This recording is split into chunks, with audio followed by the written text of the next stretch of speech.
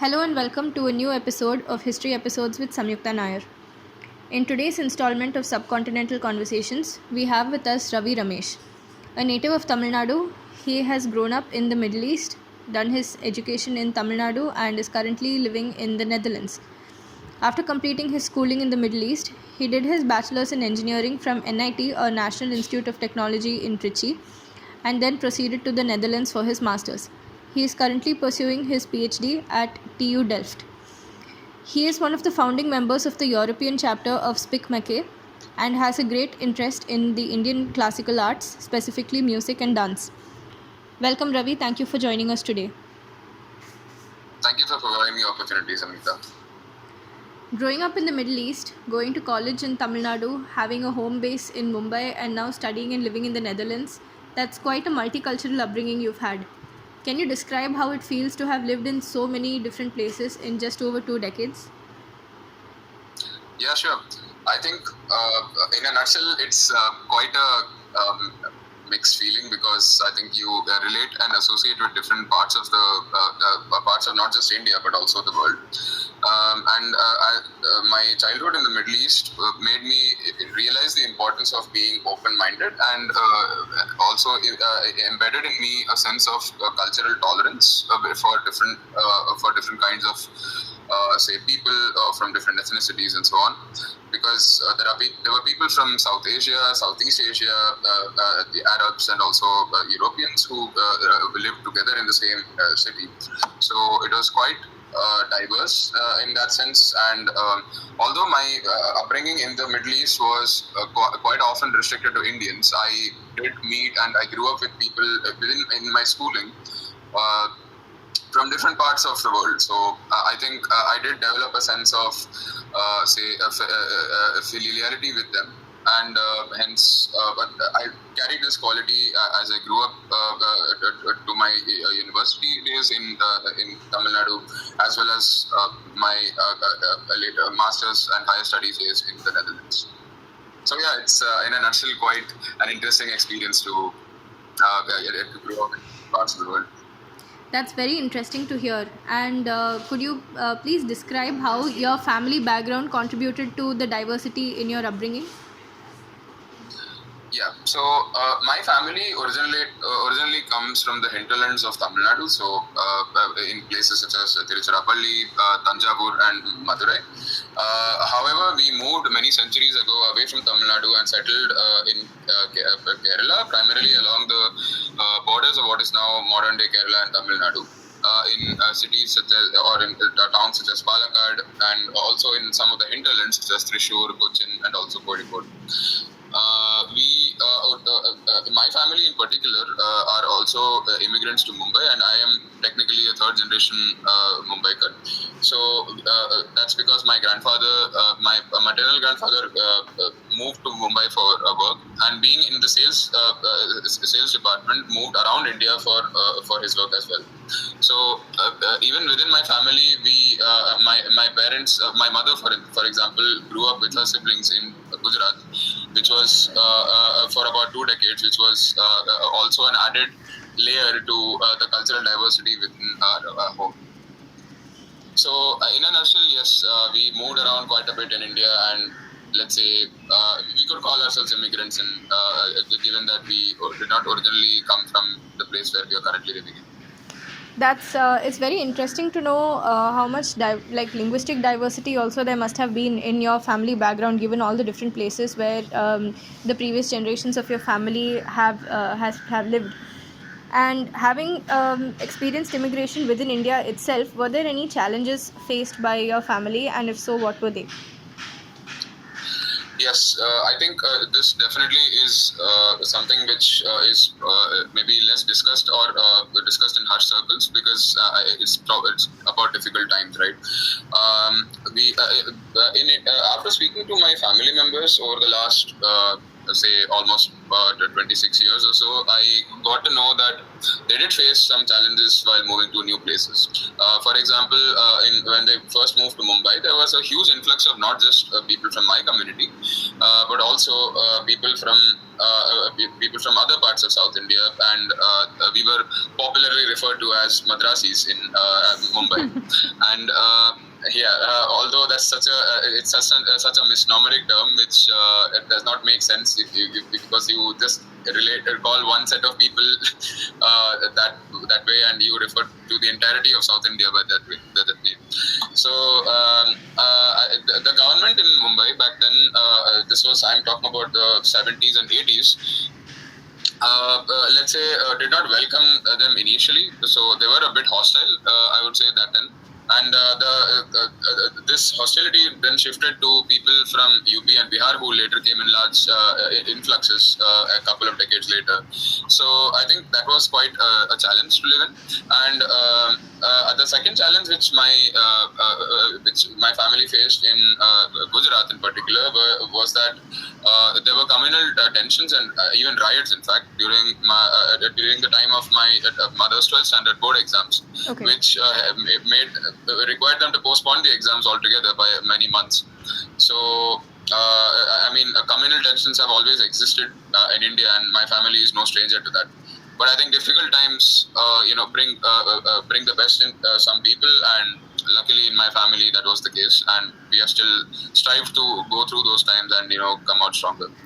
It's heartwarming to hear that. And you had also mentioned how the term Madrasi is used in certain places to refer to South Indians in general, and that's like, you're right, that is such a misnomer. And I guess it came from the fact that the the colonial mindset, where India was divided into different presidencies, and Madras presidency was one of the largest in South India, and as a result, a lot of people began to assume that South Indians in general are Madrasis, although technically Madras is just one city in Tamil Nadu. Yes, that's correct. So, what was it like being an Indian child in the Middle East in the late 90s and 2000s? Like, did you face any challenges, and were you an active part of the large Indian community there? And also, please do describe your school experience. Yeah, sure. So in the late 90s, most of my schooling happened in the 2000s. So I would say that although I moved in the late 90s to Qatar, where I grew up, as an Indian child, you basically lived in a bubble, let's put it that way, in comparison to the upbringing of Indian children back home. Primarily because although we had a lot of Indian communities who lived in the Middle East, and also in Qatar, there weren't as many Indians as probably there were in, say, the UAE, in cities like Dubai or Abu Dhabi, or say even in Oman, or in cities like Muscat, for example. So I would say that the community was quite close knit there, and as a kid you had a chance to be exposed to different kinds of activities by Indian communities, and most of the communities there were also divided on the basis of region and language. So people from the northern part of the country had their own set of communities or associations, and people from the south either did not have them, or probably just had their own language specific communities there.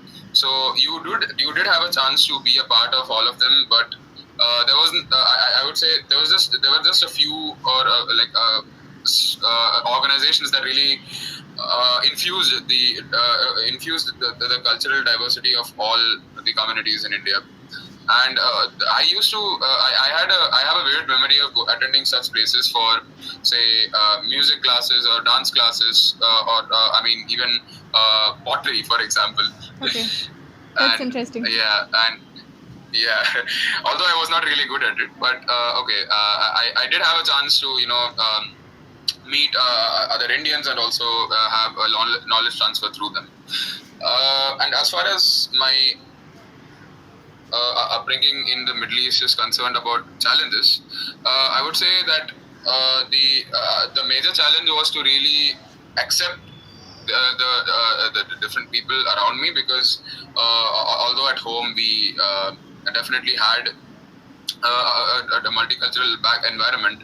I mean, not everyone grows up in that environment even at home. So I would say that for others to accept the way we were, maybe took some time. But I guess we found our own community of people from Palakkad who spoke Tamil. So I mean, we stuck together as a team, and I think we went out a lot. And I mean, we could really mingle with basically anyone from India, and I think that was really a binding factor to all the friends I made. So I had friends from Gujarat, I had friends from Tamil Nadu, I had friends from Kerala growing up, and I think there were no restrictions to where people were from or which which belief they had, and so on. It's very interesting to hear that while generally, like on the basic level, communities may have banded together even in places like Qatar on the basis of linguistics, the children did not have any such thing in mind, and they just mingled with whoever they wanted to. So do you have any memories of like celebrating Indian festivals together, things like that? Yes, so when as a child, we used to celebrate Diwali quite often, and I think I did call a couple of my friends over for that, and I also visited a very good friend of mine from Goa, who's a Catholic Christian. I visited his house for Christmas, and I mean, there was no barrier in that aspect, I think, which was very nice, I guess. And I guess that's pretty much the soul of the country, I guess, right? To be open and tolerant to different people, and the way they go about their lives.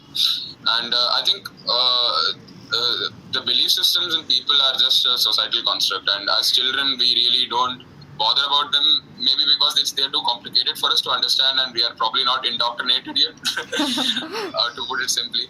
But I think children in general have a much more open mind, and it's us as adults who have to really rethink the way we look at such differences, because that's what children teach us the best.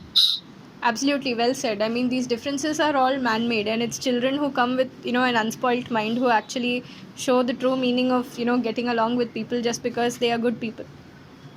And on that note, how did your experience in the Middle East help you to bridge the gap between different subcontinental cultures? Like when growing up in the Middle East, then coming back to India, then how did that feel? And do you feel that your experience mingling with different kinds of people in the Middle East helped you to adjust in any way? I think it definitely did in some ways, and it was a bit unsettling in other ways. So I'll give you both sides of the coin here. So speaking about the positives, I think language was the biggest binding factor, because I mean at home we just grew up with so many different cultures, and hence language is an integral part of it. And you basically tend to speak to communities in their language, and that brings a more closer bond. I mean, as Nelson Mandela rightly said, right? If you speak to a man in a certain language, it just goes to his mind. But then if you speak to him in his mother tongue, then it goes straight to his heart. Yeah. And so I think that really did help me when I went back to India, because I could really mingle with anyone from any part of the country, I would say.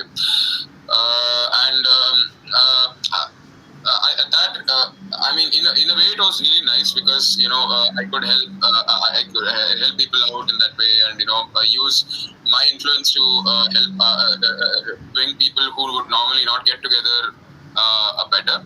But I think the major drawback is that you pretty much end up to be an outlier everywhere you go as well. You do take part in all activities and so on, but then it's not very easy for others to get to know you better, is what I think.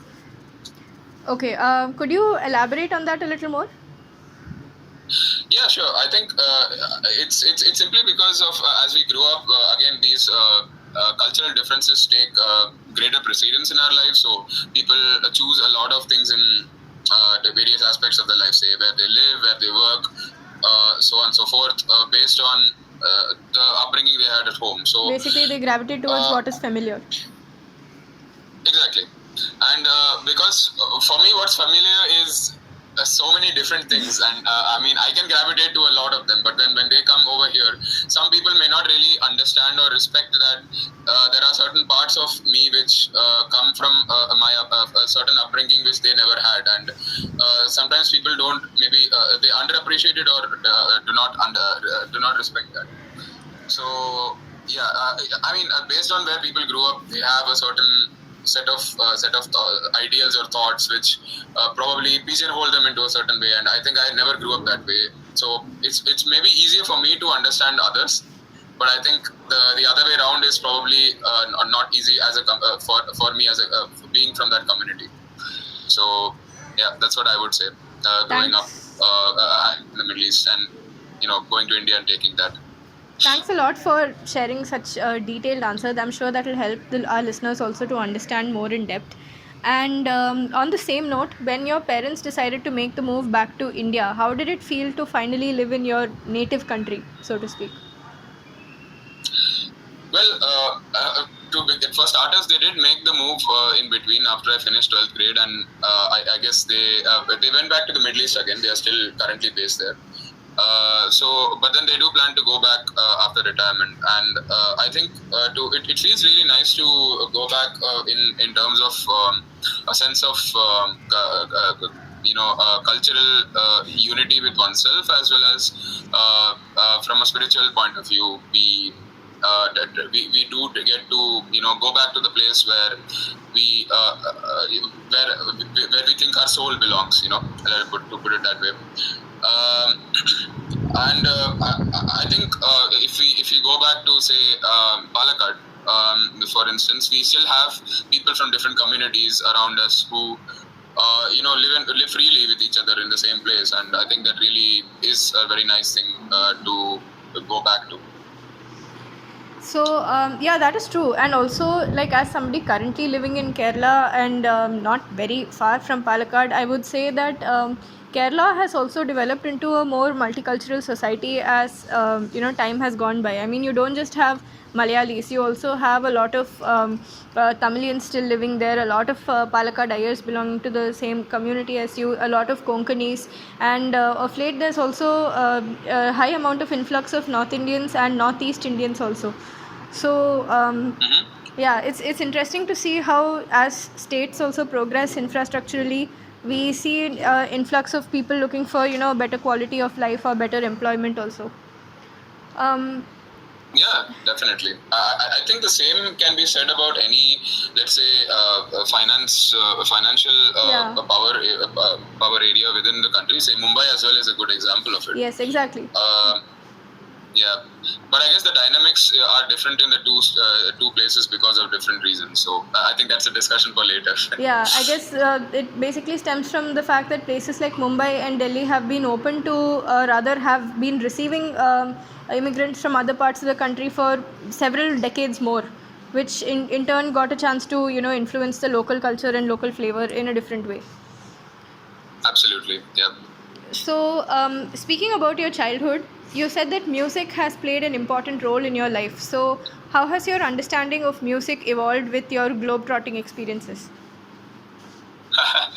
That's a nice question. So I do come from a musically inclined family. In particular from my mother's side, because my grandfather was directly related to some stalwarts in Carnatic music, such as M.D. Ramanathan, who hails from Palakkad as well, from Thrissur, and also Palakkad Mani Iyer, and also Manjapra Mohan, who is a famous bhajan singer from his village Manjapra. Yeah.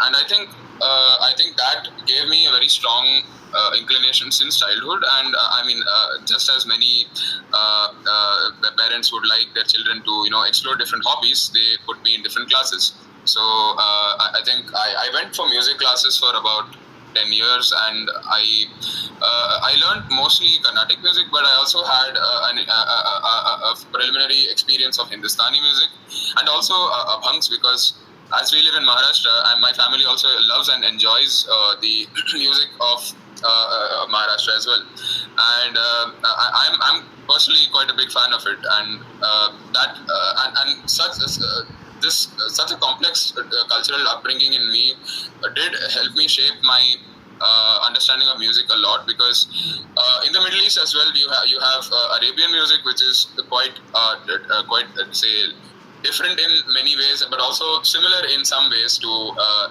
the music from the subcontinent.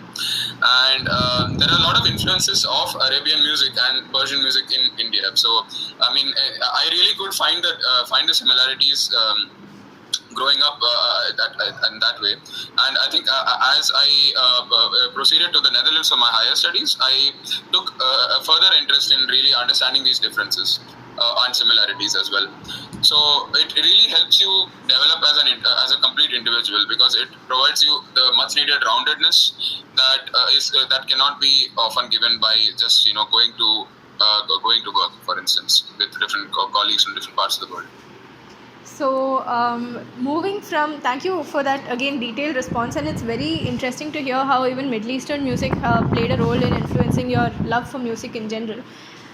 Moving from your childhood to your early adulthood, you went to NIT Trichy in Tamil Nadu. So, can you describe the cultural atmosphere there and how you fit into the whole scenario? Yeah, for sure. So in Trichy, I would say that okay. So to begin with, Trichy is, for those who might not know, it's a major town in the heart of quite literally dot in the middle of Tamil Nadu, and my campus was quite far away from the city. It was situated between Trichy and it is situated between Trichy and Tanjavur. Two extremely big, let's say, cultural hubs of, or traditionally the cultural hubs of Tamil Nadu, because this is where the Sangam literature was born. This is where my community actually comes from. So I would say it's quite a huge. It's quite a big name in the cultural scenes of Tamil Nadu. When it comes to people within the campus, I think, because you have people from Tamil Nadu being 50% of the population because of the home reservation of seats there. The remaining 50% come from other parts of India. So you have people from neighboring states like Karnataka, Kerala, and what's now Andhra Pradesh, and also from states from the north, like say Gujarat and West Bengal, Odisha, and Madhya Pradesh, and so on. So I think the cultural, as far as cultural diversity is concerned, you had people from all parts of India. But once again, I think the major issue was the barrier with not just language but also tolerances. Although people do eventually learn to mingle with people from other states, what I realized was that many of them stayed within their own communities. So again, the sense of familiarity comes from home, and many of them did grow up with maybe one set of people speaking from one part of the country. So they pretty much stuck with them, I guess. There were not a lot of people who probably mingled with many others. I would say that, the vast majority, from what I have seen, stuck to their set of the people who probably either spoke their language or probably grew up in the same place that they did. Okay, that's quite. But adding to that, I would say that everyone did celebrate festivals such as Holi and Diwali together. I think many of them did go home. Especially the locals, because they simply could afford to do that. But I think such festivals really brought people together, which was really nice.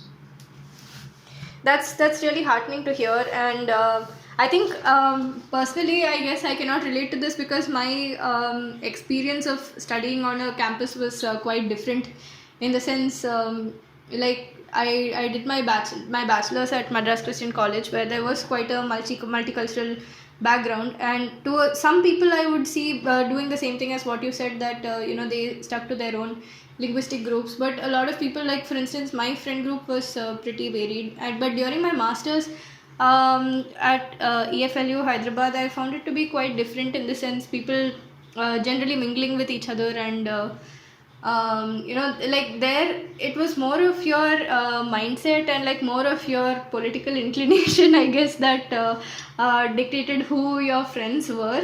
Like there were people who had no political inclination at all. There were people who were very left thinking. There were people who were very right wing. and there were people who bonded over common interests also. So I guess it was quite a different atmosphere, but it's very interesting to hear how this varies across campuses across India. So thank you so much for sharing that very unique insight into what it was like during your college days. No worries. Moving on to the next question. Now, after your bachelor's, you moved to the Netherlands for your master's, and you're currently pursuing your PhD there as well. So, what is it like being an Indian in the Netherlands, and could you please describe your experience? Yeah, sure. I think as an Indian in the Netherlands, I found it to be quite heartwarming that there were quite a few communities here of Indians of again different parts of the country and living specifically in different cities. And being in the age of social media, you get to know quite easily the different kinds of say events that happen, say festivals and say gatherings or social gatherings and so on from different organized by different kinds of people. I think the one thing which I noticed again, which is probably reminiscent of what happens back in India, is again the division of people, or rather based on linguistic communities. And although many people do get together, because outside India, a lot of people still like to stick together with their own linguistic communities, and I think a lot of people still do speak to each other from different, even though they belong to a different community, and get along with them. But I see that, I mean, this is what I think from what I've seen. Based on again their personal upbringing, most people still do stick to people who grew up in, say, in similar settings, say, who spoke the same language, most importantly, and as a result they go for festivals that way, and make friends that way, and probably settle down that way over here. But I think there is a big scope for people to stay here, for the long term if they need to as well, because the country is extremely open-minded and tolerant to say people from abroad, even those who come from within Europe as well. And I think you get to meet more people with who have a more broader outlook towards life as well, which is something which I probably did not get either in the Middle East or in India. So that's what I would say. That's heartening to hear that you get to mingle with different kinds of people, and also people who have a very different and outlook towards life, and that it's great to hear that the Netherlands itself is quite an open-minded place.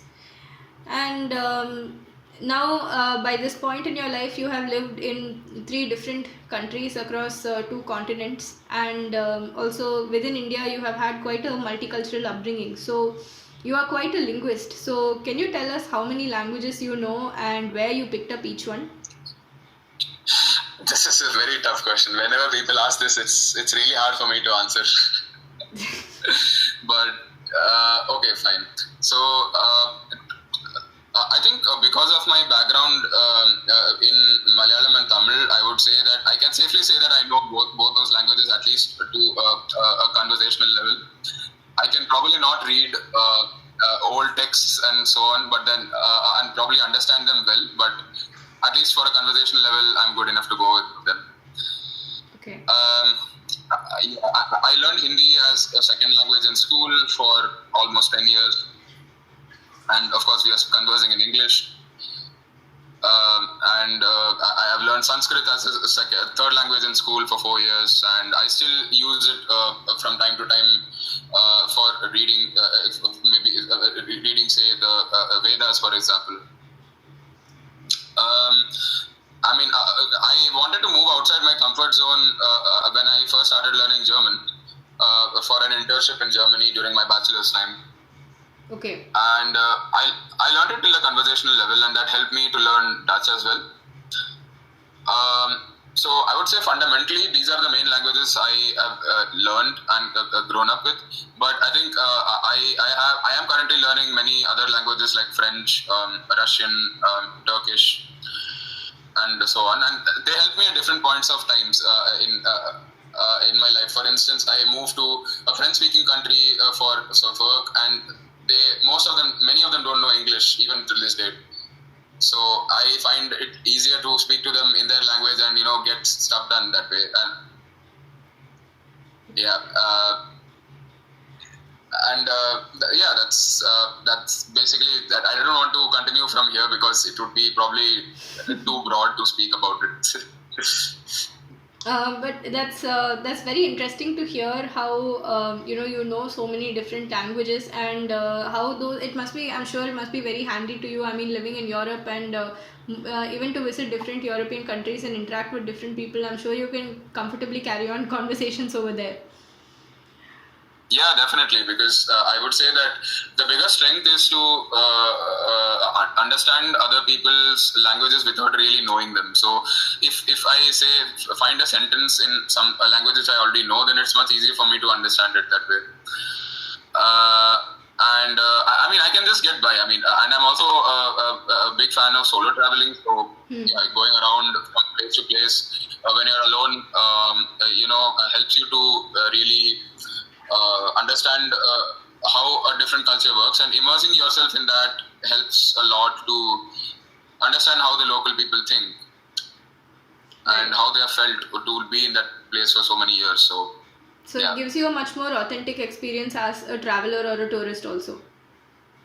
Yes, absolutely. I mean, I'm not just a believer of just going to the most popular destinations in a place. I would rather go to Hamlet and probably speak to the locals there, because they probably have a lot more to teach me than people in the city side. True. Thank you. Thank you for that. And you have been basically an immigrant, or rather an NRI, twice in your life. First to the Middle East and now to Europe, both of which we have touched upon. So, in brief, like, what has been your experience in each area? And I suppose your experience in the Middle East could have also been different, because that was mostly in your childhood, whereas Europe was in your adulthood. So, like, how have you felt about each place? What has your personal experience been? Well, I would say in the Middle East, I was living as if I was in a bubble, and I think that remains the case whether you are a child there or an adult, because you have a lot of exposure for, say Indian culture at this point, but then 20 years ago things were different, and you basically were, you could find yourself in insular communities which probably did not require any interaction with, say, the rest of the world, so to speak. Right. And I think growing up as an adult in Europe is very different, because here they have a much greater sense of cultural identity. Right. I would say in many countries, in fact, unless you really understand how the locals think and behave and even speak their language, it's very difficult to, let's say, get along with them, forget about integrating with them. Right. So, so I think the major difference, paradigm shift, which I noticed was the way in which the locals treat for immigrants. In the Middle East, for example, the locals know that we are coming for work, and they usually stay separately in their own communities in comparison to us. Whereas over here, everyone lives together, and the immigrants have to take the effort to actually understand the locals. Otherwise, it's very difficult to get to stay here for the long term. That's very interesting, going into the attitude of the locals towards immigrants in both of these countries. So, could you elaborate a little bit more on your experiences with interacting with locals and their attitude towards Indians in both these places? Yeah, for sure. So I think I can start with Europe first. So in Europe, I think Indians in general have a pretty, I would say, mixed light of things, because of course, while there are black sheep in every community, I think a lot of people do consider our community to be really well knit, and also let's say well educated, and in general pretty well behaved, and we don't cause any too much fuss about imposing our values on others. Right. And we get along with them quite easily. we are one of the first communities who really learn their culture, language, and actually get along with them and pretty easily. So I would say in that way it's pretty nice. But I think again it's this experience of mine is limited to Central Europe to be Central and Southern Europe to be particular. I think in Scandinavia things can be quite different. Okay. On the other hand, in the Middle East, I would say there was a very clear hierarchy in which people lived. So, I mean, like I said, the Arabs were in the top tier, and the people from European descent were also probably in the top or probably even above. And I think most of the immigrants who came from Asia were not often really given the same fair treatment. Let's put it that way. Okay. I think we were treated as third-class people throughout, in my opinion. I mean, it's very well structured within their employment system. So people really don't complain because they just don't have a choice. Right. That's very interesting to note how things are generally more egalitarian in Europe, if we can say so, and how also Indians there in Europe have made a name for themselves as quite a fluid and flexible community, and not one that creates much ruckus or problem. And I suppose, do you think that this attitude towards Indians as mainly migrant laborers and not an integral part of society leads to many Indians in the Middle East wanting to come back and retire in India once their work obligations are over?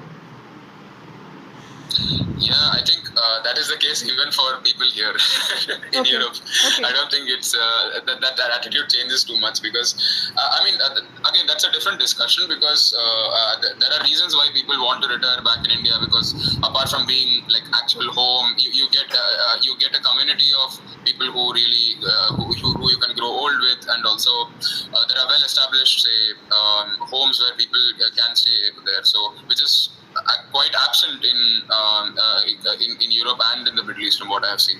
Right.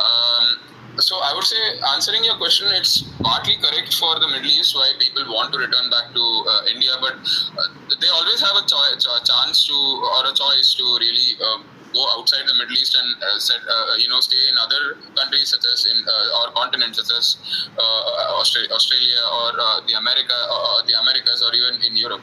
So I think it's just a matter of what people's individual aspirations are, and based on that people decide to stay in different parts of the world. Right. Thank you so much for that detailed answer, and also for bringing up very less discussed topics such as the class hierarchy and the cultural hierarchy in these countries. That is not something a lot of people think about or talk about, because generally I guess a lot of Indians see migrating to these countries with good job opportunities as the ideal, but we do not really hear about what happens after that, and the social stratification that comes in those countries once people arrive in those countries. So we mainly only hear about what happens in English speaking countries such as North America, Canada, USA, Britain, things like that. So thank you for sharing that unique insight. And before we wrap up the interview, I have a request for you. In fact, this is not something that had been discussed earlier, but I think it would really add value to round off this interview well. So you had mentioned your very deep and varied background in music. So can you sing something to whatever you are comfortable with? Okay, this came out of the blue, but well, yeah, sure, I can do that, but I'm not sure if the audio quality is good enough for that. Good. So I need to think of a song right now. Yeah, sure. Whatever you're comfortable with, and only as long as you are comfortable. Sure. Also, please provide a very brief background of the song for anyone who's listening. Okay, that's fine.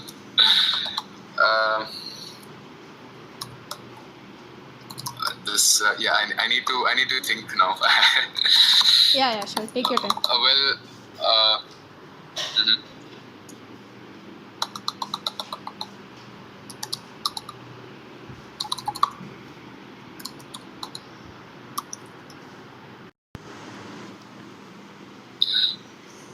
So the song I decided to sing finally is the version of is a cover of Jiya Jale, which is originally sung by the great Lata Mangeshkar.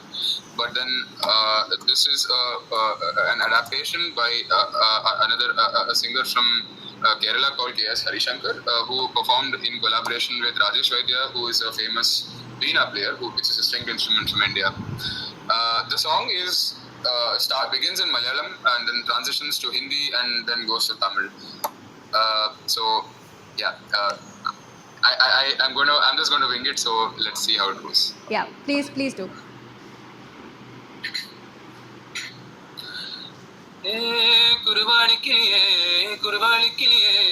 കുക്കുരു കുരു കുരു കൂകി കുറുകി കുല്ലുമരത്തെ റുയില്ലാടി കൂടുവിളിക്ക് കൂട്ടുവിളിക്കുന്നേ മാരൻ നിന്നെ കൂകി കുറുകി കൂട്ടുവിളിക്കുന്നേ കുക്കുരു കുരു കുരു കൂകി കുറുകി കുല്ലുമരത്തെ ഉയില്ലാടി കൂടുവിളിക്ക് കൂട്ടുവിളിക്കുന്നേ മാരൻ നിന്നെ കൂകി കുറുകി കൂട്ടുവിളിക്കുന്നേ തങ്കക്കുലുസല്ലേ കുറുകും കുയിലല്ലേ മാരണമയിലല്ലേ തങ്കക്കുലുസല്ലേ കുലുകും കുയിലല്ലേ മാരണമയിലല്ലേ जिया जले जा चले ननु गले धुआ चले रात भर धुआ चले जानू ना सखी रे जिया जले जा चले ननु गले धुआ चले रात भर धुआ चले जानू ना सखी रे जिया जले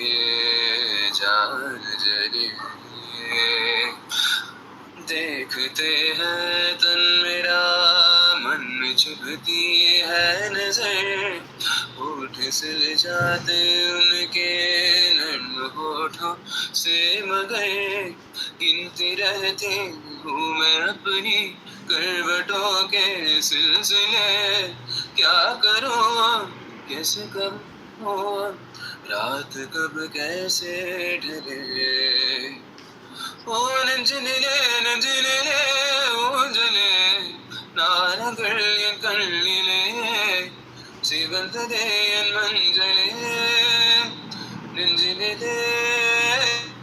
ഊജലെ